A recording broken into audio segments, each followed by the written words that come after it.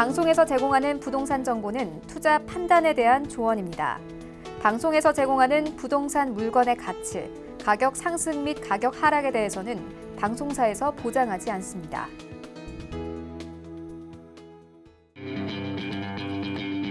안녕하세요. 황금부동산 투자 황부자 진행의 강주리입니다. 지난 7월 주택임대차보호법이 개정이 되면서 주택시장에서 전셋값이 좀 상승하는 모습을 보이고 있습니다. 이런 현상은 아파트뿐만이 아니라 오피스텔에도 나타나고 있다고 하는데요. 전세 매물이 아무래도 상대적으로 좀 부족해짐과 동시에 가을 이사철이 맞물리면서 주택 전세 가격이 상승하는 모습이라고 합니다. 한동안은 계속해서 이런 현상이 좀 나타날 것 같다고 하니까 잘 살펴보시기 바라겠습니다. 그리고 방송 보시면서 궁금하신 부분 있으시다면 전화 문자 열어놓겠습니다. 02-3153-2600번, 013-3366-0110번 많이 연락 주시기 바랄게요. 자, 그럼 황부자 오늘도 힘차게 출발합니다.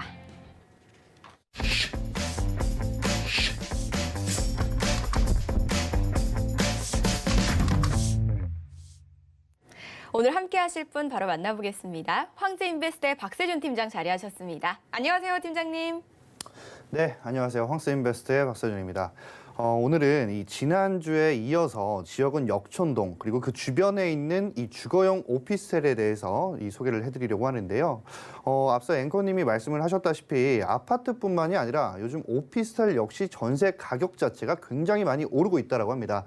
그렇기 때문에 아무래도 아파트의 취득록세, 다주택자들의 취득록세의 8%, 10%보다는 훨씬 더 이 낮은 4.6%의 취득록세, 굉장히 이 투자로서의 메리트가 있다라고 보실 수가 있겠는데요. 잠시 후에 자세하게 만나보도록 하겠습니다. 네, 오늘도 저희 알짜 지역 한번 바로 만나보겠습니다. 지난주와 같은 지역이지만 다른 곳이라고 하니까 어떤 곳인지 바로 만나볼게요.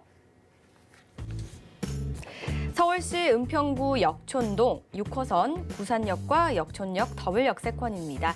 3룸 주거용 오피스텔이고요. 전용 면적은 약 79제곱미터, 시세는 4억 8천에서 4억 9천만 원으로 형성돼 있습니다. 무한 발전 가능성을 가지고 있는 지역 은평구 역촌동으로 한번 가보도록 하겠습니다. 자, 일단은 이번에 첫 번째로 만나볼 곳이 오피스텔이라고도 말씀을 해주셨고 은평구라고 하셨습니다. 자, 이 개요와 함께 지역 분석해 볼게요. 네, 현재 이 역촌동의 주변에는 이 지하철역 자체가 구산역과 이 역촌역 더블 역세권에 위치를 하고 있습니다.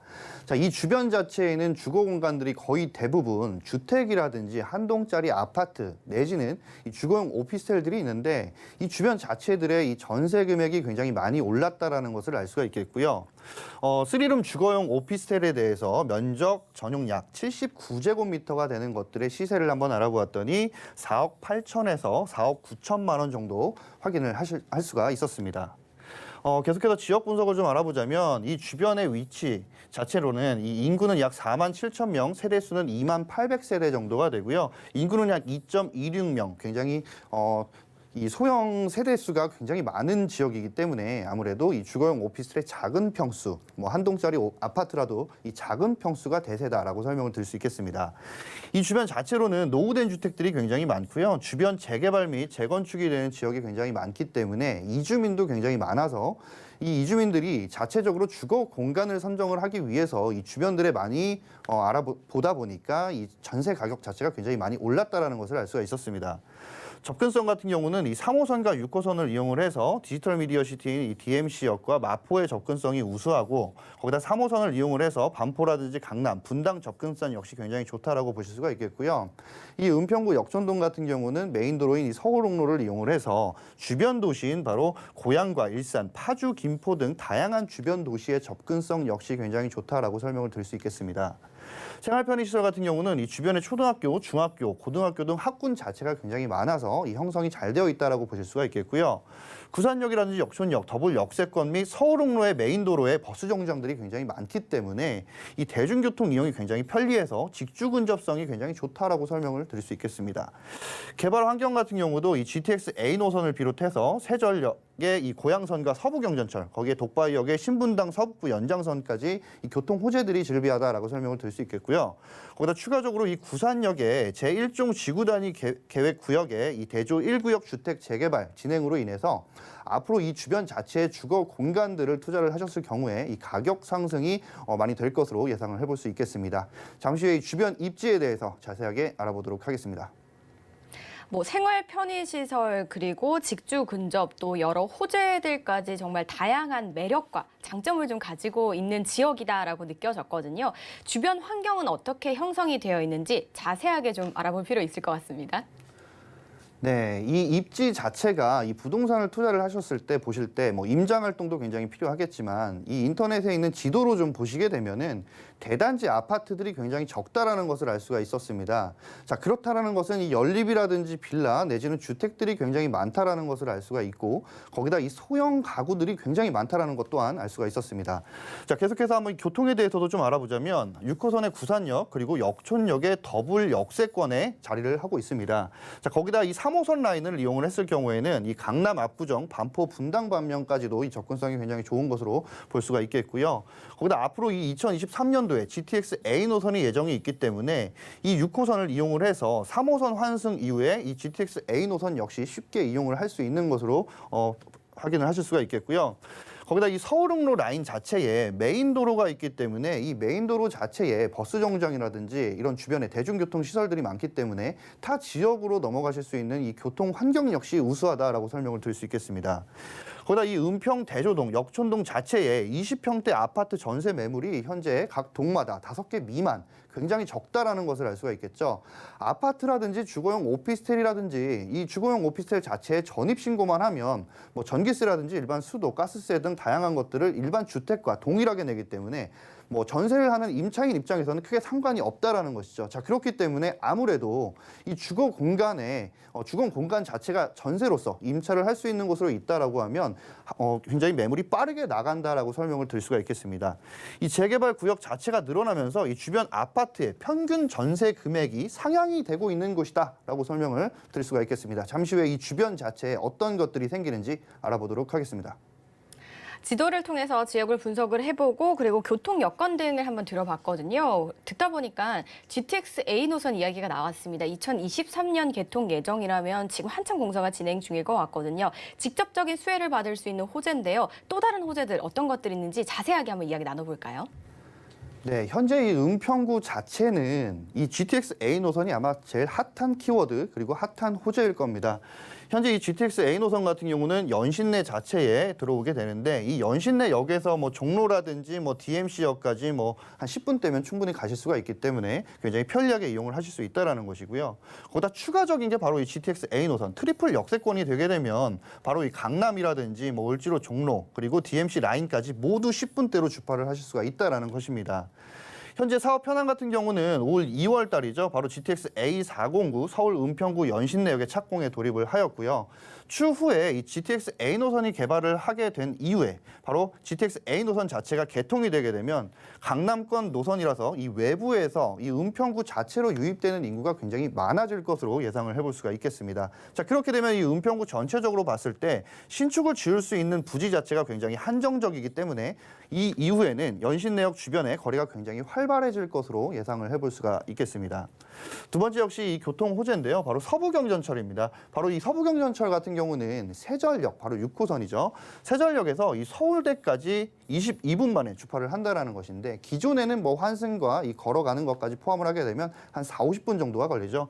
22분 만에 주파가 가능해진다는 것과 총 연장 이 16.15km에 16개의 정거장으로 건설이 된다는 것입니다.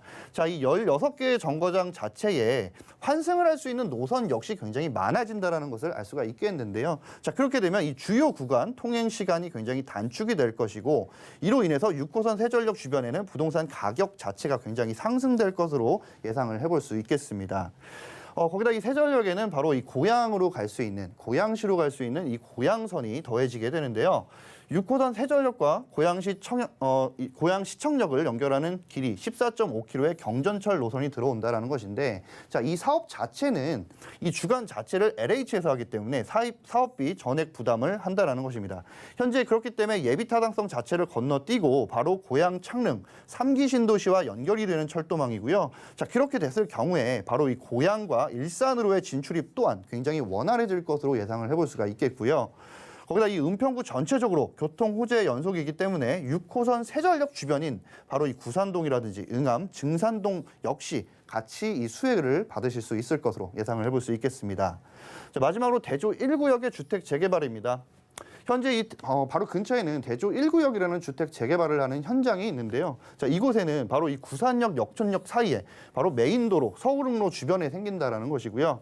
지하 4층부터 지상 25층까지 28개 동에 2,451가구가 신축될 예정이라고 합니다. 현재 철거 같은 경우는 다 완료가 된 상황이고 전체 멸실을 해서 착공에 진행 중이다라고 설명을 드릴 수 있겠고요. 대조 1구역 주택 재개발로 인해서 아무래도 피 자체가 이 아파트 자체 가격 분양가 제외한 이 피만 봤을 때도 한 6억 정도가 올랐다라고 하니까 굉장히 많이 오른 것을 알 수가 있겠고요. 자, 그렇기 때문에 그 주변 역시 이 견인 역할로 인해서 가격 자체도 많은 높은 금액이 상승될 전망으로 볼 수가 있겠습니다. 현재 이 건설사 힐스테이트 완공 이후에 금액이 가장 높은 아파트이기 때문에 이 주변에 투자를 하시게 되면 추후에 요즘 사업자를 내면 10년짜리 이상을 내게 되는데 이 10년 이후에 이 투자를 하셨던 금액 이외에 상술될 금액이 굉장히 높아질 것으로 예상을 해볼 수 있겠습니다. 네, GTX에만 직접적인 수혜가 아니라 알고 봤더니 이 GTX에 가려졌던 더 다른 알짜 호재들이 좀 숨어져 있었네요. 굉장히 좀 반가운 소식이고요. 저희가 지금 은평구 오피스텔 좀 만나보고 있잖아요. 오피스텔은 아파트와 또 다른 장점도 있을 거고 특징이 있을 것 같은데 어떤 점들이 있는지 체크 포인트 한번 짚어보겠습니다. 네, 체크 포인트를 선정할 때 제일 첫 번째 보실 것이 바로 이 유명 지역보다는 유망 지역으로 이 투자 지역으로 선정을 해서 이 저평가 지역에서 이 프리미엄이 많이 붙을 수 있는 도시 그리고 그런 지역들을 좀 선정을 해보시면 좋을 것 같습니다. 두 번째로는 대조 1구역 주택 재개발 지역 주변에 이 부동산을 매입을 해보시면 좋을 것 같은데요. 앞서 설명을 드렸다시피 대조 1구역에 있는 재개발 아파트는 굉장한 금액으로 오르게 됩니다. 자, 그렇게 되면 그 주변 역시 전세 금액이라든지 매매 금액 충분히 오를 수 있다는 점 꼭 체크하시면 좋을 것 같고요. 세 번째로는 부동산 규제 정책에 의해서 이 늘어난 세금에 대해서 꼭 알아보시길 바라겠습니다. 앞서 설명을 드린 대로 다주택자인데 이 투자를 하시는 분들께서는 아무래도 투기과열지구에서 두 번째 주택이라든지 세 번째 주택이라면 8% 내지는 13.2%까지 굉장히 많은 취득세를 내기 때문인데요. 하지만 오늘 소개해드린 곳은 바로 주거용 오피스텔이기 때문에 4.6%라는 굉장히 작은 이 취득록세를 내게 됩니다. 자, 그렇기 때문에 비교를 해보시고 잘 투자를 해보시면 좋을 것 같고요. 마지막으로 이 옵션이라든지 이 임차인의 눈으로 투자 물건을 꼭 설정을 해보시면 좋을 것 같습니다. 아무래도 이 옵션이 최대한 많이 들어가면 들어갈수록 이 임차인들의 눈은 맞춰지기 때문에 아무래도 임차를 할 수 있는 물건으로 선점이 많이 되겠죠. 이런 체크 포인트 잘 선점을 해보셔서요. 투자하시는 데 도움이 되셨으면 좋겠습니다. 구산역과 역촌역, 더블 역세권, 은평구 역촌동의 쓰리룸 주거용 오피스텔의 체크 포인트까지 한번 짚어봤으니까 꼼꼼하게 살펴봐 주시고요. 이번에는 이 시세가 어떻게 좀 형성이 되어 있는지 분석해 볼까요? 네, 오늘 소개해드리는 곳 바로 주거용 오피스텔 3룸입니다. 이 주거용 오피스텔 중에서도 전용 면적이 79제곱미터가 되는 곳이기 때문에 아무래도 이 넓은 평형이다라고 설명을 드릴 수 있겠고요. 현재 시에는 4억 8천에서 4억 9천만 원 정도 예상하시면 될 것 같고 전세 금액이 지지난주에 제가 설명을 드렸다시피 아파트가 지금 4억 5천이다라고 설명을 드렸는데 그거에 걸맞는 오히려 더 높게 형성이 되었죠. 바로 임대 금액이 4억 6천만 원까지 올라갔습니다. 자, 그렇기 때문에 실투자금 2천에서 3천만 원 정도 보시면 될 것 같고요. 월세를 했을 경우에는 보증금 1억에 월 90만 원 정도 예상하시면 좋을 것 같습니다. 대출 금액은 2억 4천만 원, 그렇기 때문에 실투자 금액 1억 4천에서 1억 5천만 원 예상하시면 될 것 같습니다. 네, 아무래도 쓰리룸이다 보니까 아주 작게 빠진 건 아닌 것 같습니다. 혹시 더 궁금하신 이야기는요. 02-3153-2600번, 013-3366-0110번으로 많이 연락 주시기 바랄게요. 저희 다음 지역도 바로 만나볼까요? 경기도 파주시 문발동 출판산업단지 인근에 위치한 지식산업센터입니다. 전용 면적은 약 56제곱미터, 시세는 2억에서 2억 1천만 원으로 형성돼 있습니다. 두 번째 지역은 파주시 문발동으로 가볼게요. 지식산업센터입니다. 그리고 대규모 업무단지가 밀집되어 있는 인근에 위치해 있다고 하는데요. 자세한 분석 한번 들어가 볼까요? 네, 두 번째 지역으로 와보았습니다. 바로 경기도 파주에 위치한 지식산업센터인데요. 요즘 이 수익형 부동산으로 이 부동산 투자 종목을 따진다고 하면 이 지식산업센터가 굉장히 떠오르고 있다라고 설명을 드릴 수 있겠습니다. 위치는 경기도 파주시 문발동에 위치를 하고 있고요. 출판산업단지 인근에 내에 있습니다. 유형은 지식산업센터, 면적은 전용 약 56제곱미터, 시세는 2억에서 2억 1천만 원 정도 예상하시면 될 것 같습니다. 현재 이 경기도 파주시 지식산업센터의 추천 포인트를 좀 알아보자면 첫 번째로는 이 대한민국 최초의 지식문화 복합센터, 즉 이 파주 출판 단지 최초의 랜드마크 지식산업센터라는 것입니다. 아무래도 출판산업단지인데 영상이라든지 미디어 여러 가지 이런 콘텐츠 자체가 복합이 되면서 이런 지식문화 복합센터로 거듭난 곳이다라고 설명을 드릴 수 있겠고요. 두 번째로는 바로 성장관리권역으로 이 법인세라든지 재산세, 취득세, 각종 세금 혜택을 받으실 수 있는 지역입니다. 현재 이 과밀억제 지역이라든지 이런 것들과 좀 비교가 되는 지역이다라고 설명을 드릴 수 있겠고요. 세 번째로는 이 출판 문화산업단지 자체에는 기업 수가 한 600개 정도가 되고 거기다 이 아울렛까지 더해진다라고 하면 상주 인원이 한 12,000명 정도가 된다라고 합니다. 자, 그런데 이 주변 자체에 오피스라든지 상가가 굉장히 부족하다라는 것을 알 수가 있었습니다. 자, 그렇기 때문에 수요가 굉장히 많다라는 것이겠죠. 네 번째로는 이 영상 출판 디자인 특화 산업단지 내에 지식산업센터다라고 설명을 드릴 수 있겠고요. 다섯 번째로는 GTX A 노선 그리고 3호선 연장 때문에 이 교통 호재 역시 굉장히 많은 것을 알 수가 있었습니다. 거기다 이 주변 자체의 주거 공간 역시 굉장히 개발이 빠르게 되고 있다라고 설명을 드릴 수 있겠는데요. 여섯 번째로 바로 이 운정 신도시 3지구와 교화 신도시의 배우 수요가 굉장히 늘어나고 있다라는 것이죠. 자, 그렇게 되면 일자리 창출 앞으로 더욱더 바라보실 수가 있겠고요. 그리고 추가적으로 이 출판 문화 단지가 굉장히 활성화된다라는 것이겠죠. 잠시 후에 입지와 호재에 대해서 만나보도록 하겠습니다. 일단 수요가 기본적인 수요층이 있는 것 같고요. 계속해서 또 인구 유입이 이루어지고 있기 때문에 더 많은 수요층으로 크게 변모할 거라는 점, 거기에 희소성까지 가지고 있다는 부분은 굉장히 좀 매력적인 부분입니다. 이번에 입지는 좀 어떻게 될까요? 네, 현재 입지에 대해서 좀 보자면 바로 이 GTX A 노선이라든지 3호선 연장과 더불어서 이 운정 자체에 인구들이 굉장히 많이 늘어나고 있다는 것을 알 수가 있었습니다. 현재 운정동 인구는 18만 3,150명, 세대수는 6만 9,371세대. 인구 자체가 계속해서 증가를 하는 지역이다라고 설명을 드릴 수가 있겠는데요. 거기다 추가적으로 이 교화동이라든지 동패동에도 인구가 굉장히 많은데 앞으로 교화 신도시라든지 여러 가지 이 운정 3지구까지 더해지게 되면 인구가 훨씬 더 많이 늘어난다는 것입니다. 앞으로 현재 이 부동산 투자하시는 분들께서도 이 운정 3지구 자체를 좀 바라보고 계시는 분들이 굉장히 많은 것으로 알고 있는데요. 자, 그렇기 때문에 이런 많은 사람들이 늘어나면 늘어날수록 이 주변 자체의 일자리는 더욱더 늘어날 수밖에 없다라는 것이죠. 현재 이 출판 단지 자체를 좀 잠깐 알아보자면 앞서 설명을 드린 대로 600여 개의 업체 자체가 굉장히 많은 이 상주를 하고 있는 인원들이 굉장히 많은 것을 알 수가 있겠고요. 추가적으로 영상이라든지 영화, 드라마, 뮤직비디오, 스튜디오라든 이 촬영소 자체가 인접해 있기 때문에 이 파주 산업 단지 자체에는 사무실이 부족하기 때문에 앞으로 이 수요 역시 굉장히 많이 늘어날 것으로 예상을 해볼 수가 있겠습니다. 현재 이 입지 자체뿐만 아니라 이 주변 자체에 많은 것들이 늘어나고 있다는 것인데요. 이 잠시 후에 어떤 호재들이 있는지 알아보도록 하겠습니다. 네, 요즘 부동산 시장은 세제 개편 등으로 굉장히 좀 힘든 시간을 보내고 있는데요. 오늘 소개해드리는 그 지역은요, 좀 세금 때문에 크게 스트레스 받지 않는 그런 공간을 좀 소개를 해주시고 계신 것 같습니다. 그렇기 때문에 지식산업센터에 대해서 더 자세히도 알아볼 필요가 있을 것 같고요. 거기에 어떤 호재들까지 있는지 한번 다양하게 만나보겠습니다. 네, 현재 이 부동산 투자 종목으로 수익형을 굳이 꼽자고 하면 기존에는 상가라든지 아니면 주거용 오피스텔, 원룸 오피스텔에 이 대출을 받아서 월세를 받는 정도가 끝이었죠. 하지만 이런 지식산업센터가 나온 뒤로는 바로 이 수익형 부동산들이 굉장히 인기가 많아졌다라는 것을 알 수가 있겠습니다. 현재 이 지식산업센터를 좀 알고 투자하자라는 내용을 좀 제가 한번 짚고 넘어가 보려고 하는데요. 바로 이 성장 관리 권역의 세제 혜택들이 굉장히 많은 지역입니다. 지도에 보시는 바와 같이 과밀억제 권역인 이 서울 주변 도시들은 세제 혜택들이 많이 없다라는 것인데 이 파주 같은 경우는 현재 성장 관리 권역으로 세제 혜택을 받으실 수 있는 지역으로서 법인세, 소득세, 취득세, 재산세 등 다양하게 혜택을 받으실 수가 있습니다. 거기다 추가적으로 이 지식산업센터 최초 입주 창업을 하게 되면 이 취득세라든지 재산세 역시 이 혜택이 있다라는 것이고요.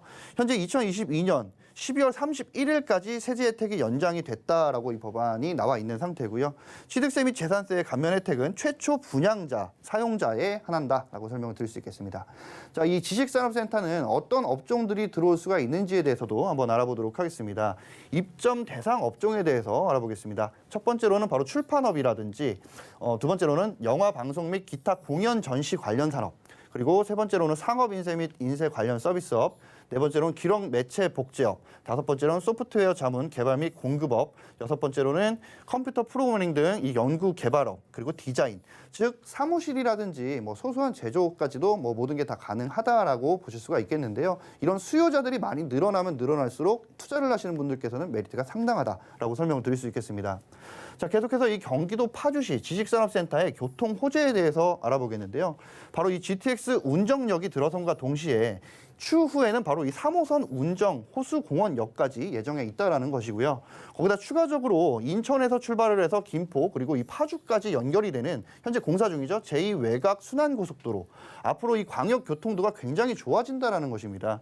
거기다 이 서울 문산간 고속도로까지 더해지게 되면 이 파주 역시 먼 곳이 아니라 이 서울과도 그리고 이 주변 도시와도 굉장히 가까운 지역으로 거듭날 것으로 예상을 해볼 수 있겠습니다. 거기다 이 3호선 연장에 대한 것인데요.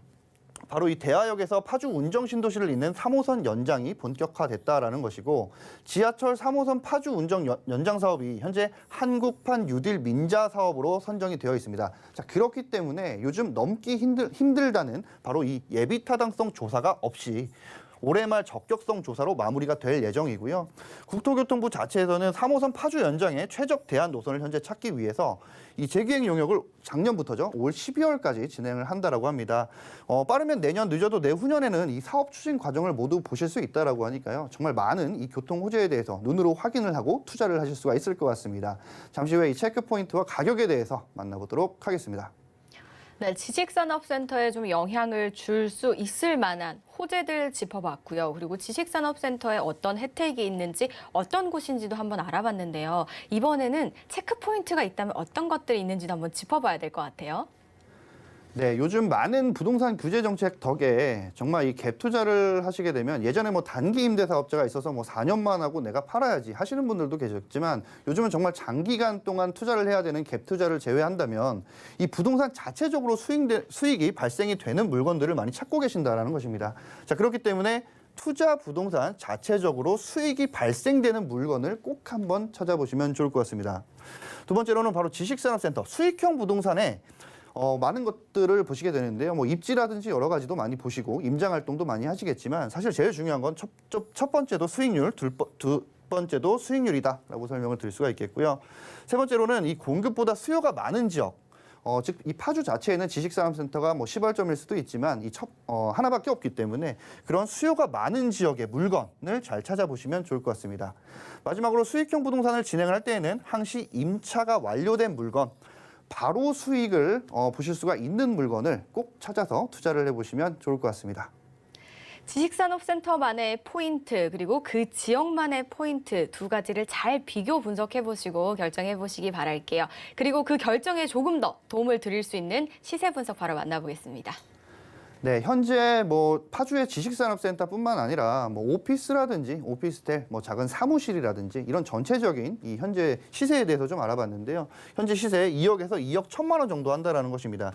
자, 그런데 제가 앞서 설명을 드렸다시피 이곳의 전용 면적은 56제곱미터라는 것이죠.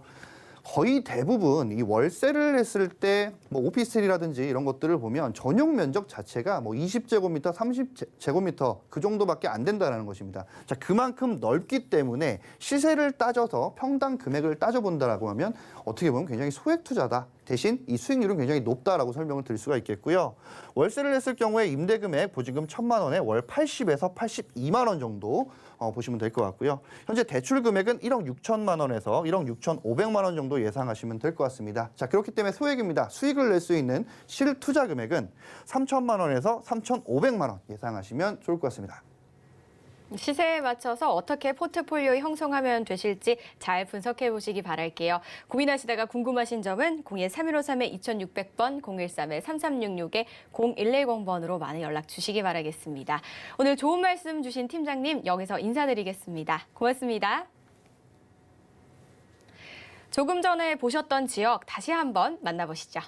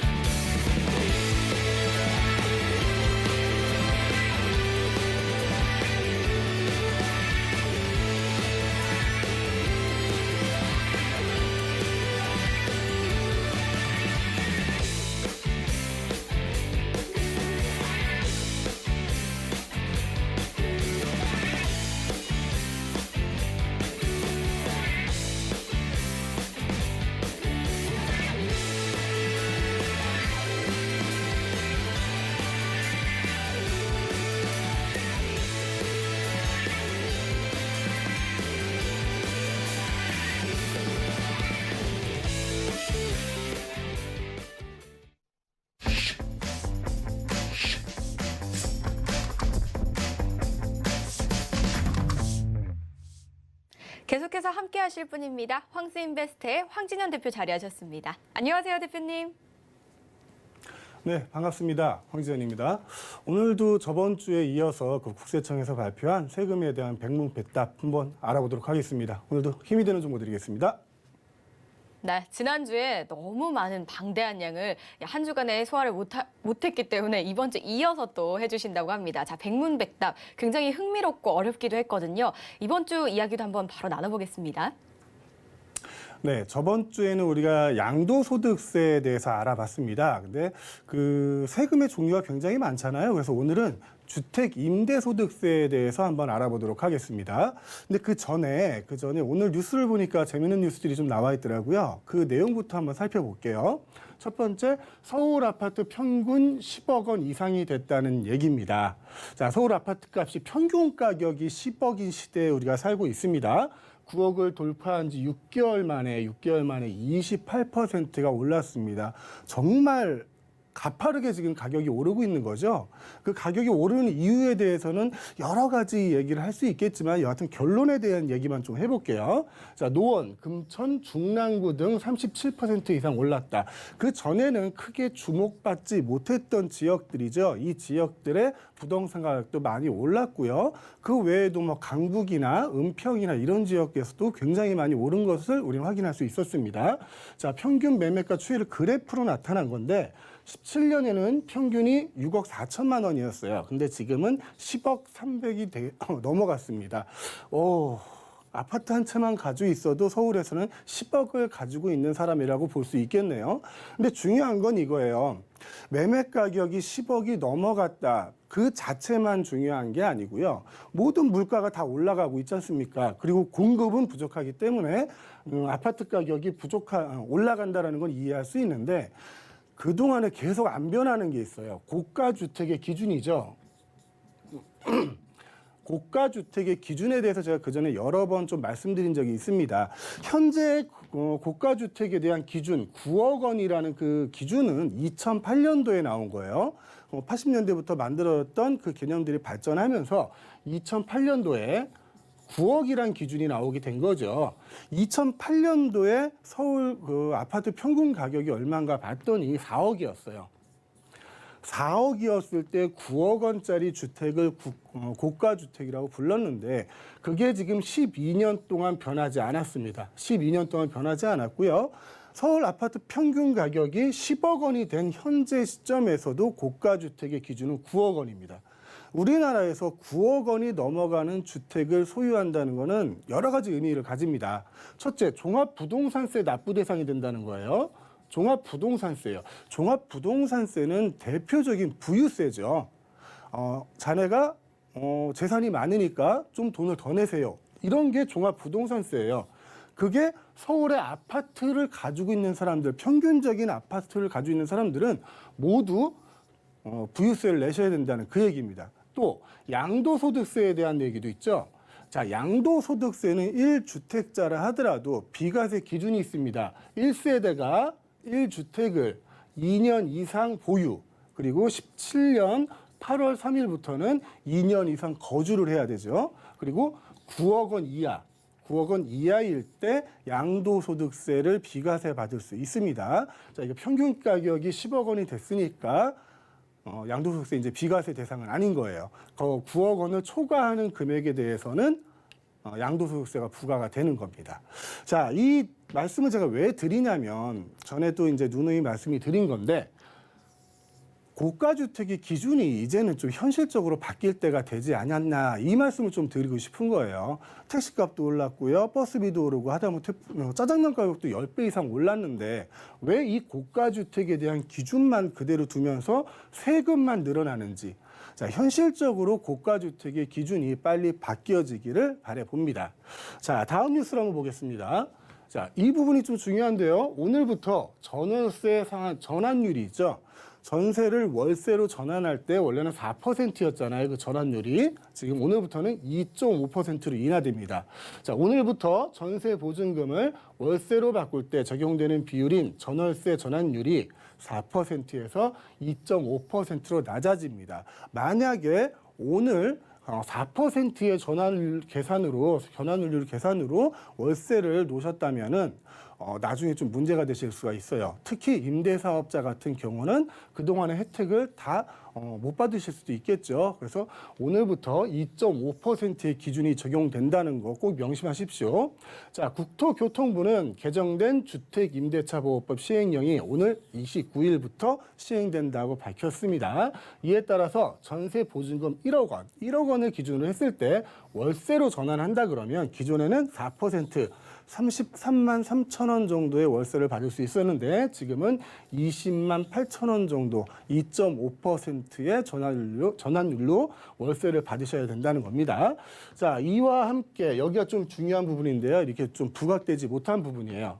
이와 함께 세입자가 갱신 요구를 집주인이 허위 사실을 들며 거절하지 못하게 하기 위해 전 세입자에게 임대차 정보 열람권이 확대가 됩니다. 자, 이거를 좀 설명이 좀 필요한 부분이에요.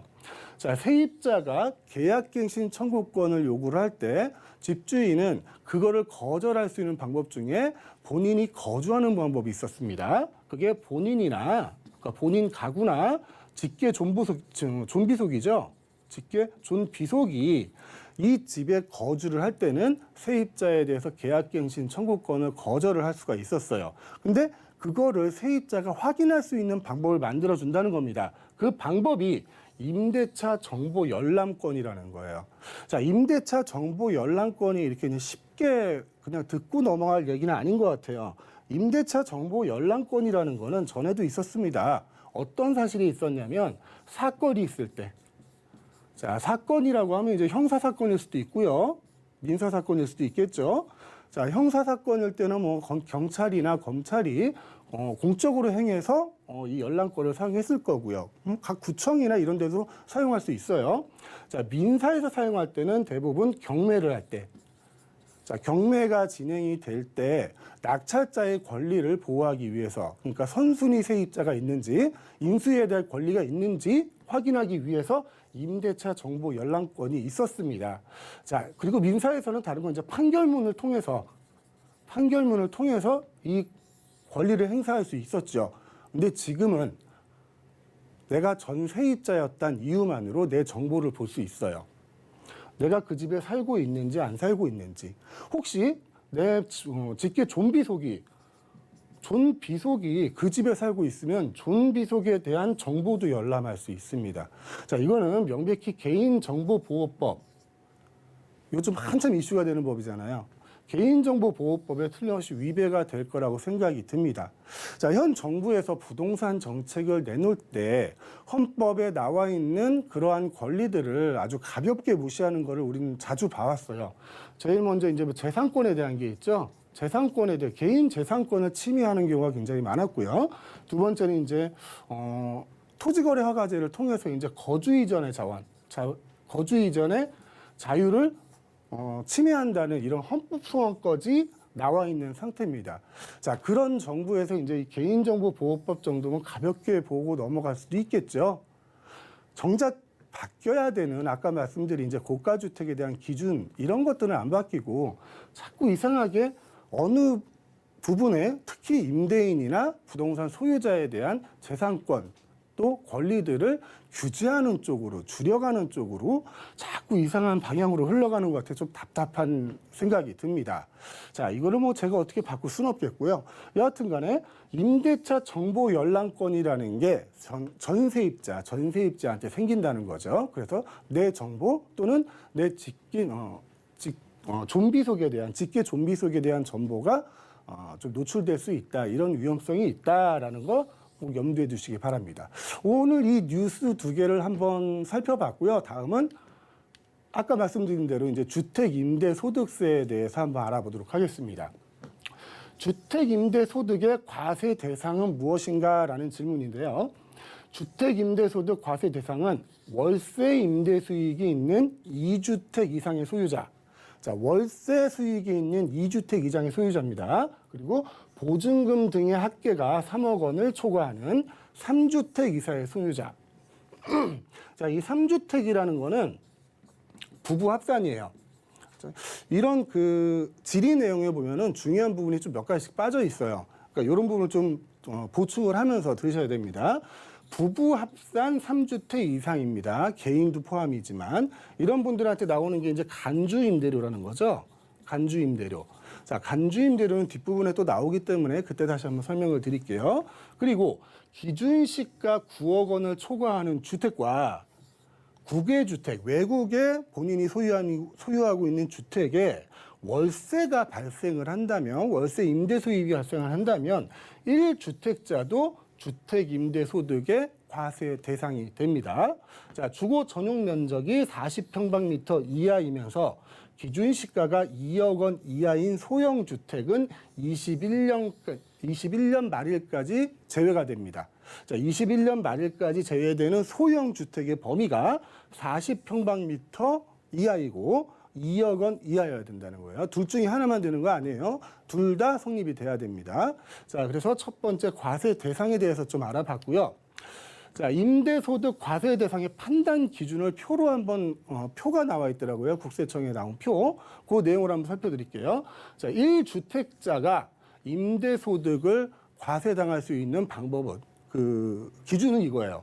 국외주택에서 월세 수입이 발생을 하거나 기준 시가 9억 원을 초과하는 주택에 월세 수입이 발생을 해야 돼요. 자, 보증금이나 전세금은 아닙니다. 그리고 9억 원 이하의 국내 주택 월세 수입은 아닙니다. 1주택자는요. 근데 2주택자는 모든 월세 수입이에요. 2주택부터는 모든 월세 수입입니다. 기준 시가에 상관이 없어요. 그리고 여기서도 보증금이나 전세금에 대해서는 과세 대상이 되지 않습니다. 이제 3주택 이상으로 넘어가게 되면 이렇게 밝히죠. 모든 월세 수입, 그리고 비소형 주택 3채 이상 소유, 해당 보증금 전세금 합계가 3억 원을 초과. 아까 말씀드린 그 내용이죠. 비소형 주택이라는 거는 전용 면적이 40평방미터를 넘어가고 또 기준 시가가 2억 원을 넘어가는 둘 중에 하나만 걸리면 돼요. 그게 비소형 주택인데 그 비소형 주택 3채 이상을 보유하고 있으면 여기서 모든 보증금과 전세금에 대해서 과세 대상이 아니었는데 3주택 이상부터는 과세 대상이다. 근데 이 과세 대상은 주택 수는 부부 합산 소유주택을 기준으로 합니다. 임대주택이 아니에요. 부부 합산의 소유주택을 기준으로 한다는 거. 그리고 소형주택의 보증금과 전세금은 아니고요. 비소형주택 3채 미만도 아닙니다. 자, 비소형주택 보증금과 전세금 합계가 3억 원 이하일 때도 아니에요. 간주 임대료라는 거는 부부 합산 3주택 이상이고, 그러니까 개인이 3채를 가지고 있든 뭐 부부 합산 3주택 이상을 가지고 있든 그 3주택 이상이 비소형 주택이어야 돼요. 그러니까 40평방미터를 넘고 2억 원이 넘어야 됩니다. 그런 주택에 대해서 보증금 합계에서 3억 원을 빼고 계산을 하는 거예요. 그건 좀 이따 설명을 드릴게요. 이게 주택임대소득세에 대한 과세 대상입니다. 자, 다음. 자, 미혼인 본인이 소유한 주택 1채를 임대하고 부모님 소유 주택에서 거주하는 경우 임대소득세 과세 대상일까요? 하는 질문입니다. 주택임대소득 과세 대상 여부 판단 시 주택수는 부부 합산으로 계산을 하고 직계 존비속이 소유한 주택은 포함하지 않는다. 자, 부부 합산만 됩니다. 부모나 자식의 주택을 합산하지는 않아요. 어떤 거에서는 임대소득에 대해서는 자, 미혼인 본인이 주택 한 채만을 소유하고 있다면 임대소득세 과세 대상에 해당되지 않으며 기혼인 경우에도 본인과 배우자의 주택수를 합쳐서 한 채인 경우는 아까 말씀드렸죠. 세 채 이상 넘어가야 간주임대가 나오고 두 채부터는 월세가 있어야 나온다고요. 자, 과세 대상에 해당하지 아니한다. 다만 본인 소유 주택의 기준시가 9억 원을 초과하는 월세 임대 수익에 대해서는 자, 9억 원을 초과하는 월세 임대 수익에 대해서는 1주택자라도 아까 그 주택 임대 소득이 과세 대상이 된다라고 말씀을 드렸습니다. 자, 소득세가 과세됨. 그리고 국외 주택을 소유하고 그 국외 주택이 월세 임대 수익이 발생하는 경우에는 과세됩니다. 자, 국외 주택을 소유하는데 이 국외주택 소유자가 대한민국 국적을 가지고 있어야 돼요. 그런 경우에는 임대소득세가 발생이 됩니다. 자, 근데 이 그 질문 내용을 보니까 임대소득세에 대해서는 이런 식으로 얘기가 돼요. 임대소득세는 이렇게 설명이 되는데 만약에 이게 양도소득세라면 어떻게 될까요? 자, 미혼인 본인이 한 채를 가지고 있고 부모님 집에서 부모님 소유하는 주택에서 내가 같이 등본상에 같이 세대 합가된 대로 살고 있다. 이때 양도소득세. 자, 부모님 소유의 주택을 팔 때 이 주택은 비과세를 받을 수 있을까요? 양도소득세에서는 비과세를 받지 못합니다. 그 전에 세대 분리를 하셔야 돼요. 자, 아까 말씀드렸죠. 양도소득세의 비과세 조건. 1세대가 1주택을. 근데 여기서 1세대라는 건 미혼인 본인의 미혼인 자녀도 포함이 돼요. 즉 주민등록 열람표에 나와 있는 사람이 다 포함이 됩니다. 그러니까 이 부모님 소유의 주택을 양도하기 전에 꼭 세대 분리를 하셔야지만 양도소득세는 비과세를 받을 수 있습니다. 자, 다음 부부 합산하여 4주택을 소유하고 있지만 4주택입니다. 자, 3개의 주택은 주거 전용 면적이 40평방미터 이하. 자, 40평방미터 이하고 기준시가 2억 원 이하. 이거는 아까 말씀드린 소형주택이겠죠? 소형주택. 그리고 한 개의 경우는 기준시가가 3억 원. 자, 4주택 모두 보증금만 받고 있는 경우에도 임대소득세가 과세되는지 내용을 보니까 딱 나오네요. 3개의 소형주택이니까 보유한 주택, 임대소득세를 부과하는 주택에는 포함이 안 되겠죠. 자, 21년 귀속까지 소형주택, 아까 말씀드린 대로 40평방미터 이하, 기준시가가 2억 이하는 간주임대료 과세 대상에 포함되지 않습니다. 그래서 간주임대료가 나오지 않아요. 만약에 이걸 월세를 받고 있다고 하면은 임대소득의 대상이 되겠죠. 하지만 전부 다 보증금을 받고 있기 때문에 간주임대료로 계산을 해야 되는데 소형주택이기 때문에 실제로 간주임대료 대상이 되는 거는 1주택밖에 안 되거든요. 그래서 간주임대료에 납부 대상은 되지 않는다, 과세 대상은 되지 않는다라고 보시면 됩니다. 자, 이사 등으로 일시적으로 2주택을 소유한 경우에도 과세되는지 안 되겠죠. 단지 월세로 수입이 나오면.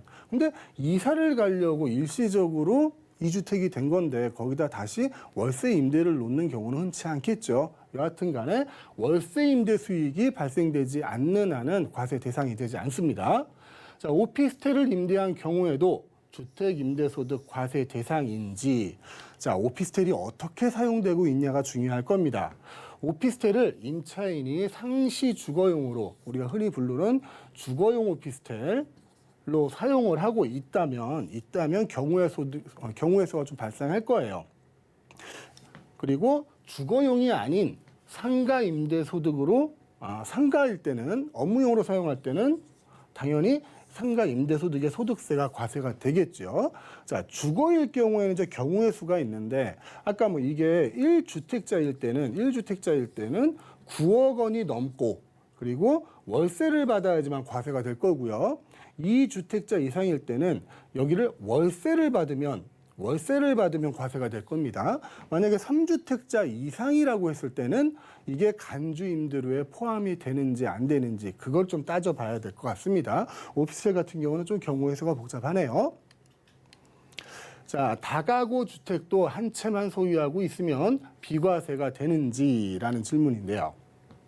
구분 등기가 되지 않은 다가구 주택, 일반적으로 구분 등기가 되지 않은 한 건물 여러 가구가 살고 있는 그걸 다가구라고 부르죠. 구분 등기가 돼 있는 그런 걸 우리 다세대라고 부르고요. 다가구 주택 한 채만 소유하고 있고 기준 시가가 9억 원을 초과하지 않으면 비과세가 된다. 다가구 주택도 한 채만 소유하고 있는데 기준 시가가 9억 원을 초과하지 않아야 됩니다. 9억 원을 초과하게 되면 거기에 만약에 월세를 받고 있다면 거의 과세 대상이 되겠죠. 기준 시가 9억 원을 초과하는 주택의 경우에는 1주택 소유자라도 월세에 대해 과세한다는데 판단 기준일은 기준이 이렇습니다. 과세기간 종료일 매년 말일이죠. 그리고 또 양도일을 기준으로 과세를 하게 됩니다. 많은 질문들이 있어요. 근데 이 질문들을 뭐 백문백답이라 나와 있는 걸 다 설명을 드릴 수는 없으니까 오늘 이거 말씀드리는 내용들만 기억하고 계시면 저번 시간에 말씀드린 양도소득세도 그리고 주택임대소득세도 크게 무리 없이 풀어나가실 수 있을 것 같습니다. 자, 2주택 또는 기준 시가가 9억 원을 초과하는 1주택을 소유하고 월세 없이 전세금만 받고 임대하는 경우 소득세 신고를 해야 하는지라는 질문. 자, 부부 합산 2주택 소유자와 기준 시가 9억 원을 초과하는 1주택 소유자는 월세 임대 소득이 있을 때만 주택 임대 소득의 과세 대상이 됩니다. 만약에 3주택이 넘어간다 그러면 이게 소형 주택인지 비소형 주택인지 그걸 따져서 간주 임대료를 따져봐야 될 것 같아요. 주택 임대 소득 과세 대상 판단 시 주택 수는 소유주택 수인지 임대주택 수인지 아까 말씀드렸던 것 같아요. 자, 소유주택을 판단을 합니다. 부부 합산 소유주택이요.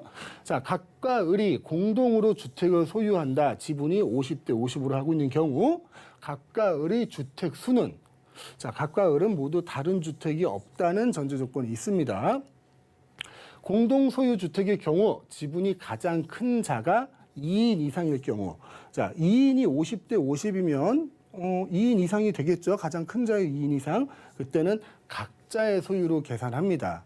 각자의 소유 계산하고요. 지분이 가장 큰 자가 2인 이상인 경우로서 그들이 합의하여 1인이 임대 수입을 귀속자로 정하는 경우는 그 1인이 임대 소득에 대한 납부자가 됩니다. 요거는 이제 주택 임대 소득세에 대해서 각자의 소유로 계산함 이렇게 쉽게 나눌 수 있는데요. 각자의 소유로 계산하는 순간 우리는 이제 여러 가지 세금이 떠오릅니다. 첫째 양도세 떠오르죠. 그리고 종합부동산세 떠오릅니다. 그리고 재산세 떠오르죠. 자, 50대 50으로 뭐 타인하고 지분으로 내가 뭐 공동 매입을 했다고 쳐요. 아니면 뭐 25%씩 4명이서 건물을 주택을 하나 매입했다고 했을 때 이 조건에 따르면 지분이 가장 큰 자가 2인 이상일 경우 각자의 주택으로 본다. 자, 25%씩 가지고 있으면 4명이 전부 각자의 주택인 거예요. 자, 주택 임대소득세는 큰 차이가 없을 거예요. 하지만 이게 종합부동산세로 넘어가고 양도소득세로 넘어가면 이 지분의 차이는 굉장히 큰 금액의 차이가 될 겁니다. 자, 지분을 설정하실 때 양도소득세, 종합소득세, 그리고 재산세에 대한 계산도 꼭 필요하실 것 같고요. 주택 임대소득에 관해서는 각자의 재산으로 본다라는 내용입니다. 자, 이 외에도 여러 가지 질문들이 있습니다. 거의 20몇 가지가 있고요. 이 뒤에 뭐 법인세에 대한 거, 종합부동산세에 대한 거, 또 임대사업자에 대한 정책 변화에 대한 것들이 내용이 있는데 자, 그런 내용들을 다 방송에서는 보여드리지 못하고요. 오늘은 여기까지 하고 나머지 부분은 세미나 자리에서 한번 설명드리겠습니다. 자, 오늘 여기까지입니다. 네, 최근 3, 4년간의 이 서울 아파트 평균 매매가가 4억가량 오르는 동안에 세금도 올랐지만 고가주택 가격의 금액의 기준은 여전히 9억입니다. 참 아이러니하다라는 생각이 들고요. 그리고 백문백답 저희 문제풀이 해봤는데요. 약간 좀 학창시절로 돌아가는 느낌이긴 했지만 굉장히 유익한 정보라는 걸 느낄 수 있었습니다. 시청자 여러분들께서도 좀 도움이 되셨길 바라면서 더 궁금하신 사항은 02-3153-2600번, 013-3366-0110번으로 많은 연락 주시기 바라겠습니다. 좋은 말씀 주신 대표님 인사드릴게요. 고맙습니다. 네, 다양한 내용 전해드렸습니다. 더 궁금하신 사항 또 오프라인에서도 만나실 수 있다고 하니까 바로 안내해드릴게요. 617-710 부동산 정책 두렵지 않다. 자, 부동산 시장의 위기 속에 기회를 잘 잡아보시는 시간이 되셨으면 좋겠습니다. 매주 토요일 오후 2시부터 2호선 신촌역 인근에서 진행이 되고요. 전화 예약 필수니까요. 반드시 예약 후에 참석해 주시기 바라겠습니다. 저희 방송에서 제공하는 정보는 투자 판단에 대한 조언일 뿐 해당 부동산의 가치와 수익률을 보장하지 않는다는 점 기억해 주시기 바라겠습니다. 방송 끝난 이후에도 서울경제TV 홈페이지와 네이버 TV에서 언제든지 다시 보기 가능하시고요. 상담 전화, 문자도 열려 있으니까요. 많은 연락 주시기 바라겠습니다. 저희가 준비한 소식은 여기까지입니다. 시청해주신 여러분 고맙습니다.